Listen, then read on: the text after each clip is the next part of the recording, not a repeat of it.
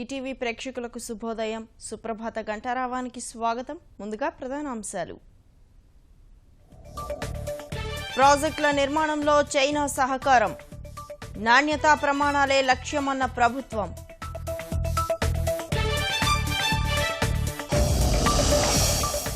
విజయవాడలో ప్రాంతీయ పాస్పోర్టు కార్యాలయం, విదేశాంగ శాఖ ఆమోదం తెలిపిందన్న వెంకయ్య.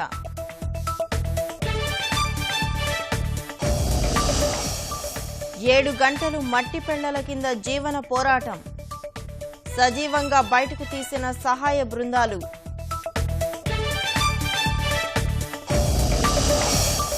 తమిళనాట పోటాపోటీగా ప్రధాన పార్టీల హామీలు, ఎన్నికల ప్రణాళికలో రైతు రుణమాఫీ చేర్చనున్న డీఎంకే.